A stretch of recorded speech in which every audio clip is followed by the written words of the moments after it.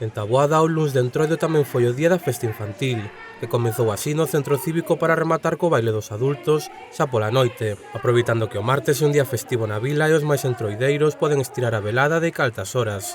Os desfiles de disfraces están poñéndose de moda na comarca, e sobre un esquema similar ao de Carballedo comenzaron os pícaros esta divertida pasarela. Uns con máis e outros con ningunha timidez foron recollendo os seus pequenos agasallos para a festa. A animación foi continua durante toda a tarde, con xogos cooperativos no que entrou en xogo o físico e a imaxinación sen faltar a música.